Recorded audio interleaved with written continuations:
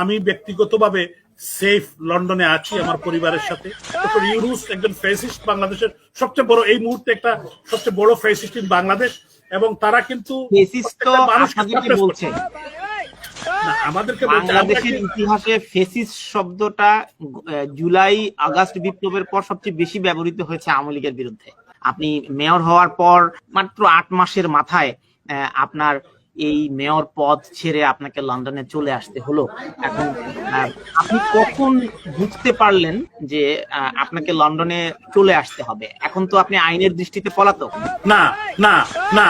আচ্ছা, আরেকটি প্রশ্ন এসছে, আবির করেছেন এটি AAA। আচ্ছা, স্বাধীনতার পক্ষের লোক সবাই দেশ থেকে পালালেন, কিন্তু রাজাকার কেউ দেশ ছাড়েনি, এই বিষয়ে আপনার মন্তব্য?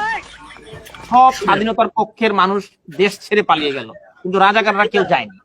আমি যে ভাই প্রশ্ন করেছেন ধন্যবাদ। এটা কিন্তু তাই বলছে, স্বাধীনতার সপক্ষে সব লোক পালায় নাই, কিন্তু এই প্ল্যানটা আমরা দেরিতে আমরা বুঝতে পেরেছি, এবং মাননীয় প্রধানমন্ত্রী রাষ্ট্রনায়ক শেখ হাসিনা কিন্তু এটাকে মেনশন করেছিলেন বারবার। আপনারা 15 বছর 16 বছর ক্ষমতায় ছিলেন, তো আপনারা কি এমন করেছেন যে, যেমন দেখুন মার্কিন নির্বাচন হয়েছে, ডোনাল্ড ট্রাম্প পুনরায় এসেছেন, কিন্তু বাইডেন সরকারের নেতাকর্মীরা তো যুক্তরাষ্ট্র ছেড়ে পালিয়ে যায়নি, আপনাদেরকে সবাইকেই পালাতে হলো।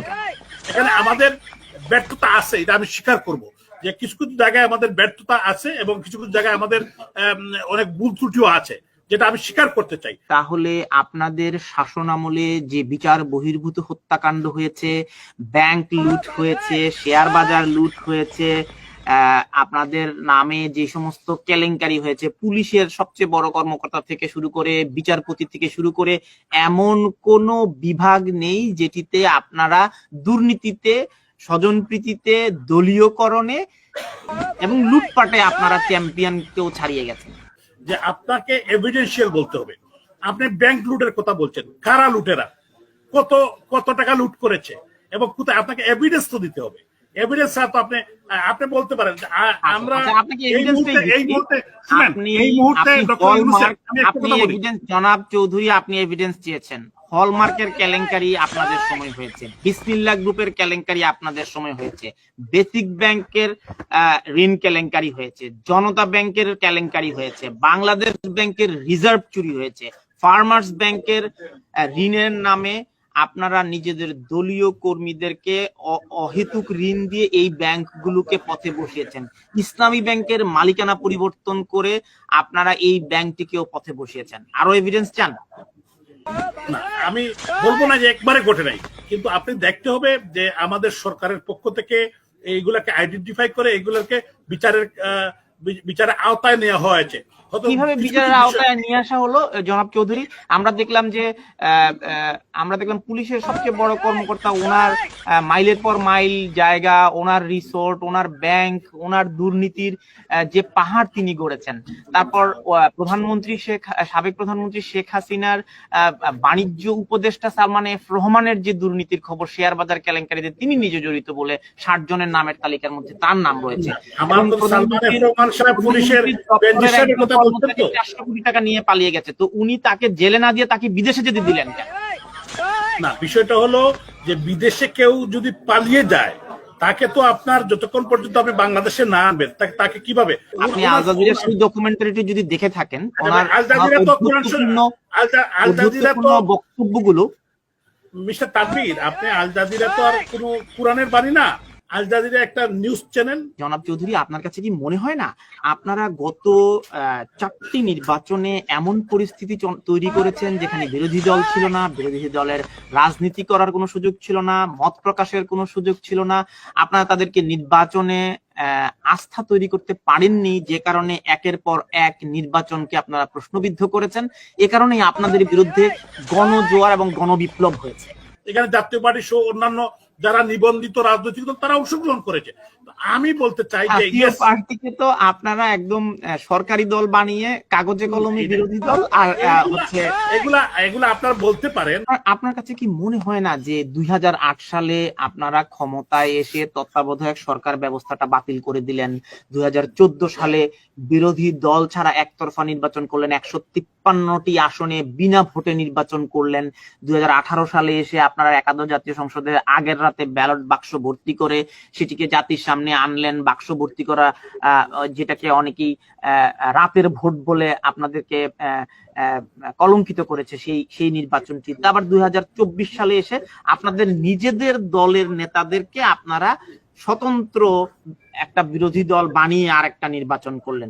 তো এই 16 বছরে মানুষের যে ক্ষোভ, মানুষের যে আকাঙ্ক্ষার গণতন্ত্র যে বাধাগ্রস্ত হয়েছে, এটিরই প্রতিফলন এই জনবিক্ষোভ।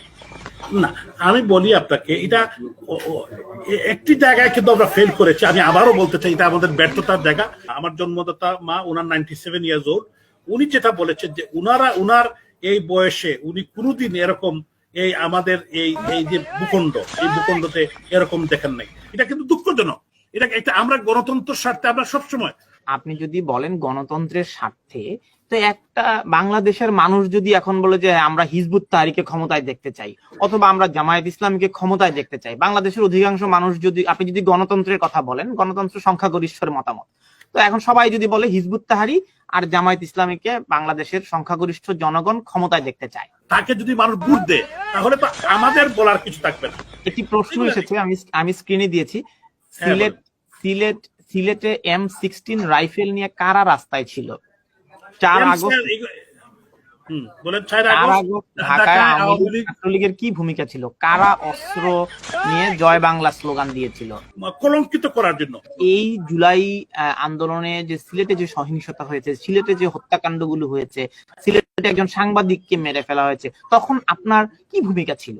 শুনেন, আমি সিলেটে একটি হত্যাকাণ্ড ঘটেছে, সাংবাদিক তুরাব। এখন আপনারা এই পরিস্থিতি থেকে আপনারা কি আওয়ামী লীগ আর ফিরে আসতে পারবেন? আপনার কি মনে হয়? আমার তো মনে হচ্ছে যে আপনারা কেউ নিরাপদে চলে গেছেন। একটি বড় প্রশ্ন সবসময় আসে যে সকল নেতাকর্মীরা যারা সিনিয়র এবং যারা অর্থ এবং বিত্তশালী, তাদেরকে সহজে দেশ ছেড়ে পালিয়ে যেতে সহায়তা করা হয়েছে, কিন্তু যারা তৃণমূলের আছেন, নির্যাতিত হচ্ছেন, প্রকৃত রাজনীতিবিদ, তারা নির্যাতনের শিকার হচ্ছেন। হ্যাঁ, তো এখন আপনাদের রাজনৈতিক দলের মুখপাত্রের কি অভাব হয়েছে যে আপনারা কোনো নির্দেশনা দিতে পারলেন না? 5ই অগাস্ট আপনার দলীয় প্রধান যখন গণভবন থেকে চলে গেলেন, তখন আপনারা কখন জানতে পারলেন যে আপনাদেরও সরে পড়তে হবে? ব্যক্তিগতভাবে আসলে আমার জানা নেই। আপনারা যে 2009 সালে আপনাদের খেলাপি ঋণের পরিমাণ ছিল 22,481 কোটি টাকা, আর আপনারা যখন ক্ষমতা থেকে বিদায় নিলেন মার্চ পর্যন্ত 2024 সালে খেলাপি ঋণের পরিমাণ হচ্ছে 82,000 কোটি টাকা। জনগণের টাকা, এইটার জন্য একদিন বিচার হবে বাংলাদেশ। কিন্তু আপনাদের যে দুর্নীতির খতিয়ান আমরা দেখলাম, এবং সবচেয়ে বড় একটি অভিযোগ আপনাদেরকে, মানে দাড়ি টুপি দেখলেই আপনারা রাজাকার বানিয়ে দেন, আপনাদের বিরুদ্ধে গেলেই আপনারা বলেন জামাত শিবির, আপনাদের কোনো সমালোচনা করলেই তাকে ট্রোল করে, তাকে হেনস্থা করে, আপনার গঠনমূলক সমালোচনাও করা যেত না। না শুনেন, এগুলা দাড়ি টুপিওয়ালা আমাদের বাপ চাচা। একটা খুব ব্যক্তিগত প্রশ্ন, আপনি চাইলে এটি জবাব দিতে পারেন, আপনি চাইলে এটি জবাব নাও দিতে পারেন, যেহেতু একজন দর্শক করেছে। আপনি এখন কোন স্ট্যাটাসে লন্ডনে আছেন? আপনি সিলেটের সাবেক মেয়র, বাংলাদেশের নাগরিক। শুনেন, আমি কিন্তু নাগরিকত্ব গ্রহণ করছেন। আমি তো অবশ্যই বাংলাদেশের নাগরিক, আমি বাংলাদেশের ভোটার, আমি নির্বাচন করেছি আওয়ামী লীগের প্রার্থী হিসেবে এবং আমি নির্বাচিত হয়েছি। এখন পর্যন্ত আমি নির্বাচিত মেয়র সিলেটে। তারা কলমের কুচায় তারা সব মেয়রদেরকে বাদ দিয়ে দিয়েছে, এটাই আমার স্ট্যাটাস। এবং আমি কিন্তু ব্রিটিশ সিটিজেন। ব্রিটিশ নাগরিকত্ব সারেন্ডার না করেও বাংলাদেশের মেয়র হওয়া যায়, তাই তো? হ্যাঁ, কারেক্ট। তো এখন স্থানীয় যে কোনো স্থানীয় সরকার, ইউনিয়ন পরিষদের চেয়ারম্যান, উপজেলা চেয়ারম্যান, মেয়র করতে পারে। সংবিধানে কোনো বাধ্যবাধকতা নেই। সাংবিধানিক বাধ্যবাধকতা না থাকায় আপনি এখন দুটি নাগরিকত্বই একই সাথে বহন করছেন। Correct, correct.